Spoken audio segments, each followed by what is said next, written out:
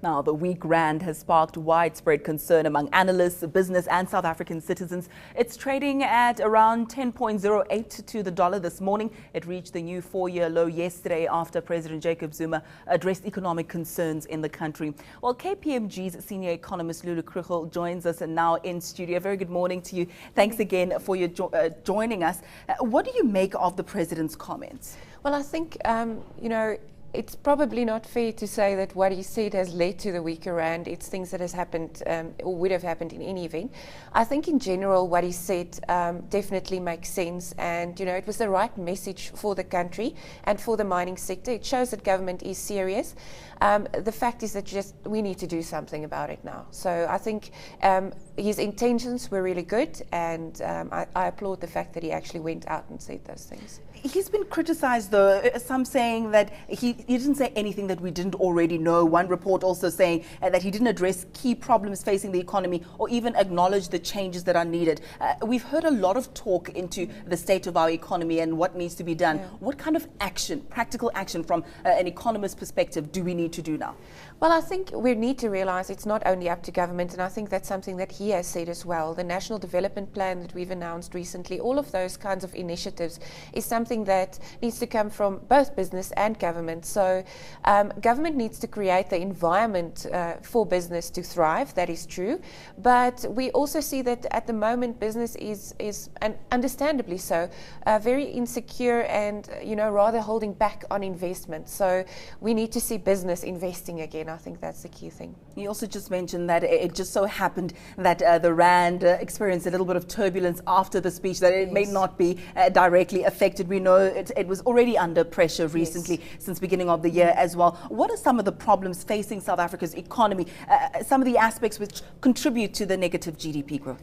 Well, we've unfortunately, as an emerging economy, not necessarily compared very well to other emerging economies in the rest of the world. Everybody's looking for a place to put their money at the moment where it can grow, and South Africa's growth has not been comparable to the likes of China, India, etc. And then of course we haven't done ourselves any favors with the spate of labor unrest that we've seen since last year, and basically that continuing. So all in all, we just don't compare favorably to other emerging economies. We've also recently, our global competitiveness rankings fell 3 places. I think the big concern for investors is the fact that they've seen that there were issues for quite some time, but it doesn't seem, although we know it and we do say that we realize it and the president acknowledges it, it just doesn't seem as though we're able to do something about it. One of the comments the president made, and I'm quoting here, he says, "We need faster growth. Without faster growth, we cannot succeed in reducing unemployment, poverty and inequality." How do we stimulate this faster growth in our economy, though? Well, the National Development Plan actually targets 5.5% growth. So with the latest growth figures at 0.9%, that shows that we're way off. Some of the areas that's been under a lot of pressure is the manufacturing industry, the mining industry.